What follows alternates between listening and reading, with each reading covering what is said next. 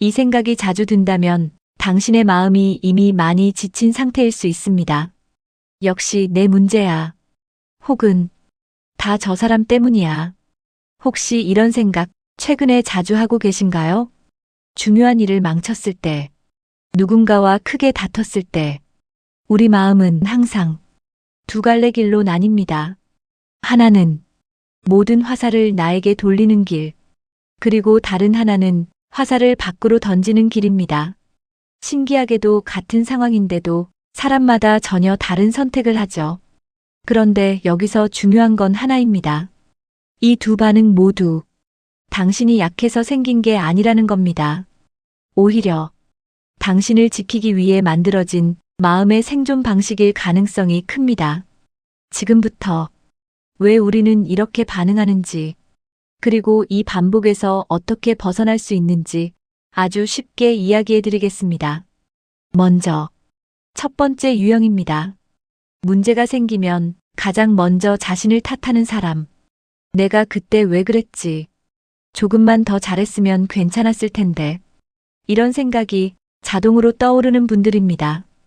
이 유형의 사람들은 대부분 책임감이 강하고 다른 사람에게 피해주는 걸 굉장히 싫어합니다. 그래서 문제가 생기면 상황보다 먼저 나의 잘못을 찾습니다. 겉으로 보면 성숙하고 좋은 사람처럼 보이지만 문제는 여기서 시작됩니다.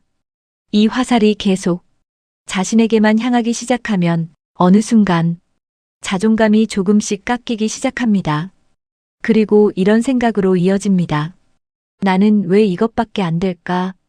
이 순간부터 문제 해결이 아니라 자기 공격이 시작됩니다. 두 번째 유형을 볼까요?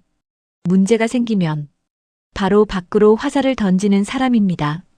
저 사람이 잘못했잖아. 상황이 이상했어. 운이 나빴을 뿐이야.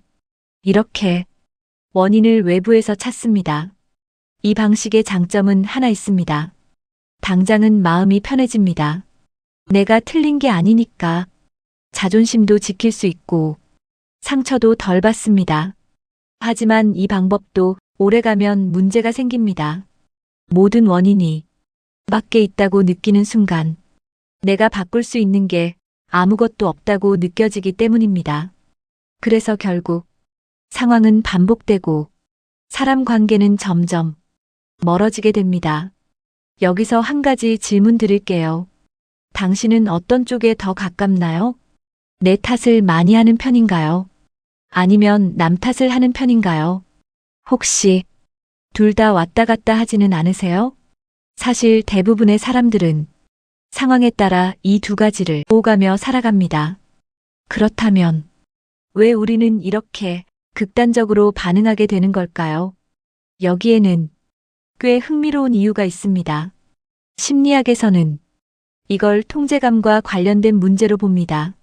사람은 누구나 내 삶이 어느 정도 내 손 안에 있다고 느껴야 안정감을 느낍니다. 그런데 감당하기 힘든 일이 생기면 이 통제감이 흔들리기 시작합니다. 그때 우리 뇌는 가장 익숙한 방식으로 균형을 맞추려고 합니다. 내 탓을 하는 사람은 이렇게 생각합니다. 내가 더 잘하면 다음엔 괜찮아질 수 있어. 즉, 통제감을 유지하기 위해 나를 탓하는 겁니다. 반대로 남 탓을 하는 사람은 이렇게 생각합니다. 이건 내 문제가 아니야. 이건 죄책감으로부터 자신을 보호하기 위한 방식입니다. 결국 둘 다 틀린 반응이 아니라 나를 지키기 위한 뇌의 선택입니다.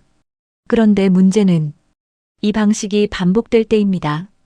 자책은 나를 점점 작게 만들고 원망은 세상을 점점 멀어지게 만듭니다. 그래서 여기서 방향을 바꿔야 합니다.